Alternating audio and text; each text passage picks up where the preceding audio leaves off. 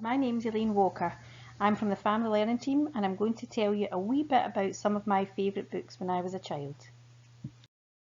Growing up in the 1970s, as an only child, I had no computer, we didn't have Sky TV, we didn't have Netflix or any mobile technology like laptops or mobile phones.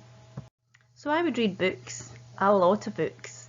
My favourite author was Enid Blyton, who wrote loads and loads of children's books.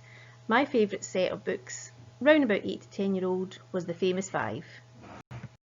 Although Enid Blyton wrote these books nearly 80 years ago, children love them today just as much as I did 40 years ago. The Famous Five was about 4 children and a dog. They all had loads of outdoor adventures, and at being 8-year-old, that seemed so exciting. They all seemed to be getting involved in solving mysteries, catching baddies, always seemed to be off on adventures without their parents, which I thought was so amazing. I could read one of the Famous Five books and just lose myself, almost picture myself in the adventures with them. Often I would read way past my bedtime with a torch under my blankets just to find out what would happen next. There were 21 books in the series that Enid Blyton wrote, and they were all favourites, but I remember one in particular, Five Go Down to the Sea. The story was when the family all went to Cornwall for their summer holidays at Tremannan Farm, which was close to the Cornish cliffs and coastline where of course smugglers used to roam.